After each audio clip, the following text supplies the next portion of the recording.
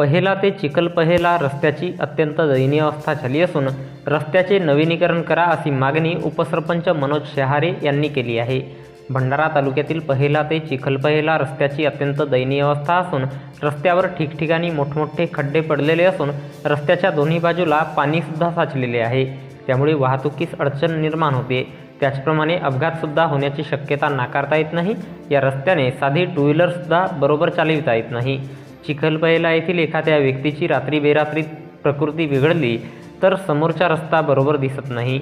हे 3 किलोमीटर अंतर असलेल्या रस्त्याचे डांबरीकरण करून नव्याने डांबरीकरण करण्यात यावे आणि या रस्त्याकडे परिसरातील जनप्रतिनिधी यांनी सुद्धा रस्त्याकडे तात्काळ लक्ष केंद्रित करून या रस्त्याचे नव्याने डांबरीकरण करण्याकरिता पाठपुरावा करण्यात यावा आणि नव्याने डांबरीकरण करण्यात यावे अशी मागणी उपसरपंच मनोज शहारे यांनी एका पत्रकाद्वारे केली आहे।